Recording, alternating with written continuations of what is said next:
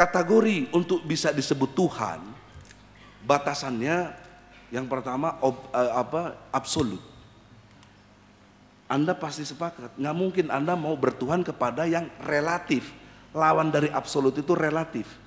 Ya. Cantik itu relatif. Muda itu relatif. Kenapa? Ada bandingan. Saya bisa disebut muda dibandingkan Pak Abdullah Wasian yang udah ngantuk-ngantuk ini. Ya. Muda, karena ada bandingannya gitu. Ya. Anda bisa disebut wanita karena ada laki-laki. Ini bisa disebut warna hitam karena ada merah, begitu. Tidak bisa disebut hitam kalau ada semuanya hitam.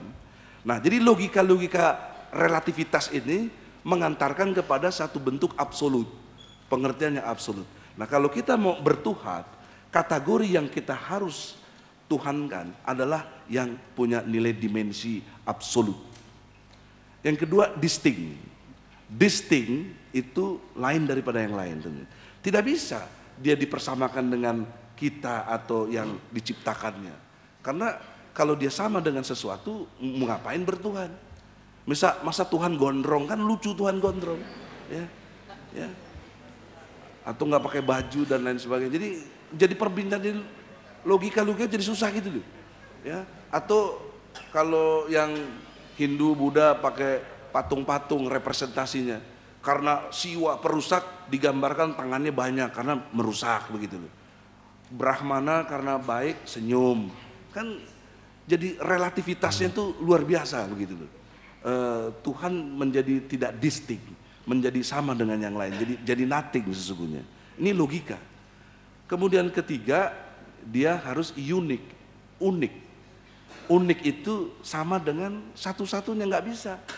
Ini tidak unik. Kenapa tidak unik? Karena ada yang lain yang bisa sama dengan ini. Ini juga tidak unik. Ya, moderator juga tidak unik, yang pakai jenggot-jenggot gini banyak.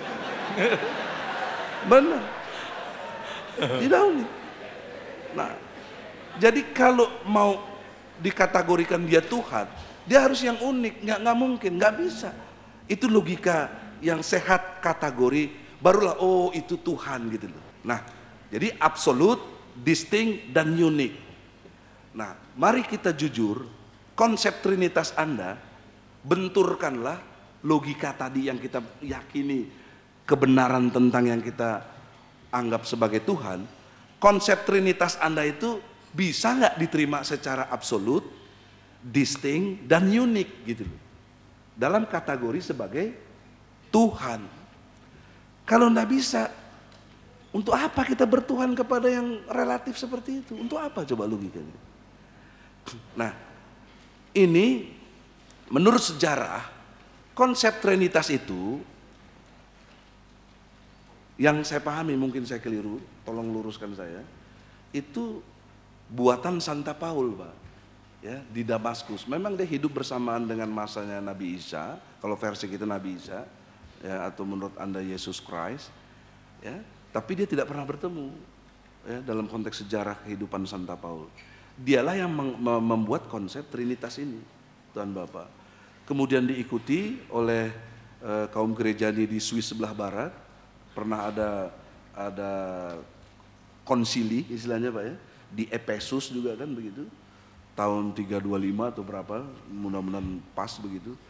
Itu rumusan disebut Trinitas Yesus Kristus sebagai Tuhan pada saat konsili itu. Jadi Yesus dinamakan Yesus sebagai Tuhan itu hasil kongres gitu loh. Hasil musyawarah gitu. Hasil kongres, namanya apa nih Tuhan kita? Yesus. Itu di kongres itu saudara-saudara. Kalau dalam konteks sejarah yang kita baca di dalam kehadirannya. Karena kalau konteksnya ansih Nabi Isa, dia membawa Injil, dia mengimani Allah. Ya, makanya Anda masih juga nyebutnya Allah. Ya Allah. Kenapa? Yang absolut, distinct, dan unik. Ya. Itulah jarak waktu antara Rasulullah dan Nabi Isa 600 tahun. Kurang lebih. Dan kalau pakai logika-logika, metodologi yang saya bangun seperti ini, dengan objektif, sistematis, kemudian kita toleran sikap kita, jangan pokoknya. Kalau pokoknya itu preman, satpam, dan tentara pada umumnya atau polisi, pokoknya. Tapi kalau orang intelek, orang yang berakal, oh iya, dikasih tahu tuh ngerti gitu, ya. Nah untuk itu di dalam pengertian metodologi inilah kita mesti menyepakati seperti itu. Nah kalau Islam gimana? Islam sederhana sekali. Qul huwallahu ahad, Allahus samad, lam yalid walam yulad, walam yakul lahu kufuwan ahad. Paling tidak kita anggaplah apa ini Al-Quran wahyu, kita singkirkan dulu lah. Tapi kita lihat materi yang disampaikan oleh isi Al-Quran itu. Anggaplah kita meragukan dulu. Seperti Anda, karena tidak menerima dulu Quran. Ragu, tapi pikir dong, Anda kan punya otak. Pakai otak. Kok ada Qul huwallahu ahad, Allahus samad, lam yalid walam yulad, walam yakul lahu kufuwan ahad. Ini kan kalau dikategorikan absolut, distinct, unik, semua kategori ini masuk. Qul huwallahu ahad. Katakan yang pantas jadi Tuhan itu cuma Allah. Nggak ada yang pantas. You mau sebut yang mana coba? Coba sebut yang absolut, distinct dan unik, yang universe, yang menguasai universe, tata ruang. Ada lagi kalau di Quran tuh wal awalu wal akhiru wa johiru wa batinu wa huwa bikulli syai'in alim. Dia yang awal, dia yang akhir, dia yang johir, dia yang batin. Ini kalau mau di breakdown lagi apa tentang kategori yang disebut dengan Tuhan. Jadi jelas gitu. Dia yang mengawali totalitas jagat raya ini dan dia yang mengakhiri.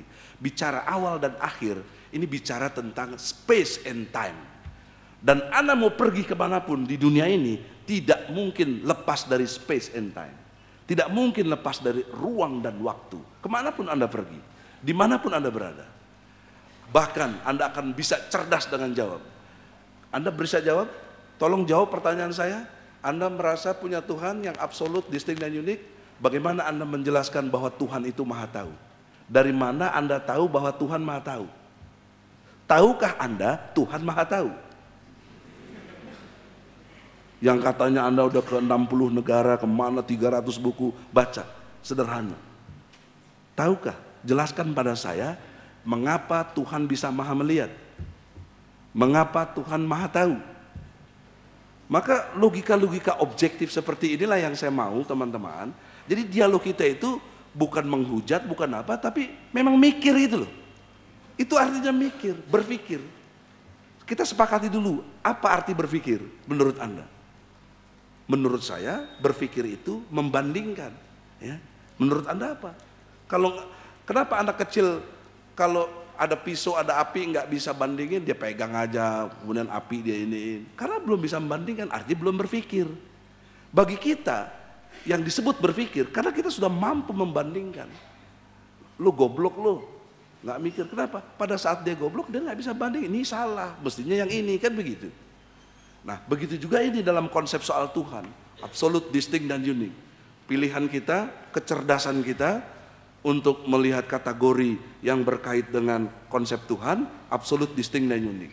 Kita lihat masing-masing agama. Kalau Hindu Trimurti, dan Trimurti itu diwakili oleh peristiwa budaya Gorinda Das yang membawa Trimurti itu. Dan dia bergantung kepada budaya setempat.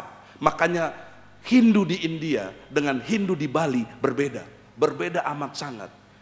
Di India misalnya sapi sangat diagungkan, di Bali sapi dipotong jadi kornet gitu. Itu karena memang lokalisasi budayanya, daya serapnya. Tapi konsep Tuhannya Trimurti.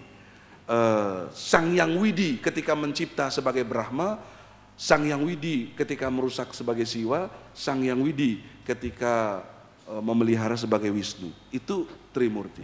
Kalau Buddha malah tidak punya konsep Tuhan. Buddha hanya pikiran-pikiran dari Siddhartha Gautama.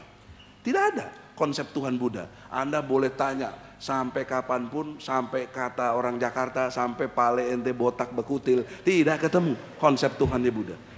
Enggak ada. Sebaliknya kalau Hindu sampai kapanpun Anda nggak pernah ketemu siapa pembawa ajaran pertama Hindu, nggak bakal ketemu. Siapa pembawa ajaran Hindu? Nggak ada.